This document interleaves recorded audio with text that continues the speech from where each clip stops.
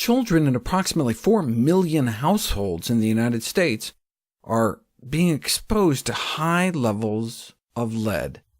Despite the dramatic decline in children's blood lead concentrations over the decades, lead toxicity remains a major public health problem, and not just for children.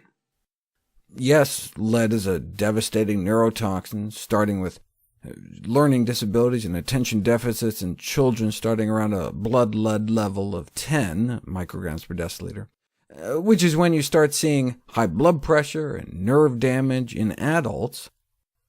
But the blood levels in American adults these days is down around 1, not 10, unless you work or play in an indoor firing range where the lead levels in the air are so high, more than half of recreational target shooters have levels over 10 or even 25.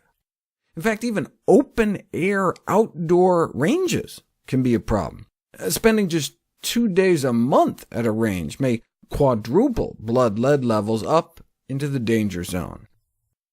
But what if you don't use firearms, or live in a house with someone who uses firearms? The lead levels can be so high the CDC advises those who go to shooting ranges shower there, change into clean clothes, don't mix clean clothes with contaminated clothes, don't bring your shoes home, etc. Even if none of that applies, and your blood levels are under 10, there's still some evidence of increased risk of hand tremors and high blood pressure and kidney damage and other issues. But come on, just 1? I mean, what if you're down around a blood level of 1, like most people? We didn't know until this study, which found that blood lead levels, even in the range currently considered acceptable, are associated with an increased prevalence of the painful arthritis known as gout. They found blood levels as low as approximately 1.2 can be associated with increased prevalence of gout, which is close to the current American average. So this means quote-unquote very low levels of lead may still be associated with health risks, suggesting there's no such thing as a safe level of exposure to lead.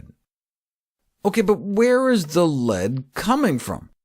Lead only circulates in your body for about a month, so if you have lead in your bloodstream, it's some ongoing exposure. But most adults don't eat peeling paint chips. There's no more leaded gas on the road. I mean, there are specific foods, supplements, and cosmetics that are contaminated with lead, and I have videos coming up on all those topics. But for most adults, the source of ongoing lead exposure is from our own skeleton. Remember how I said lead only lasts around about a month? Well, where does it go? It can get deposited in our bones.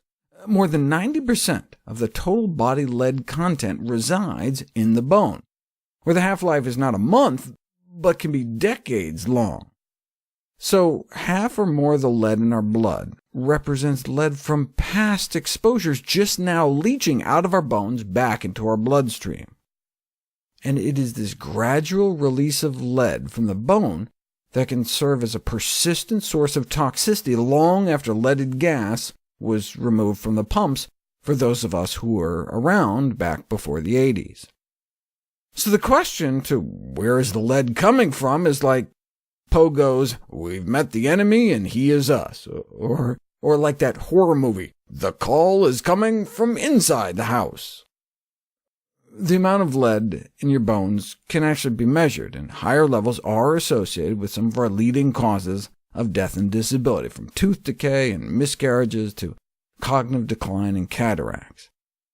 Much of the lead found in adults today was deposited decades ago.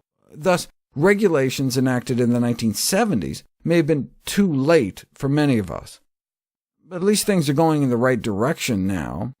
The dramatic societal decreases in blood lead in the U.S. since the 1970s have been associated with a 4 to 5 point increase in the average IQs of American adults. Particularly provocative question, then, is whether the whole country suffered brain damage prior to the 1980 decreases in blood lead. Was the best generation really the brain-damaged generation?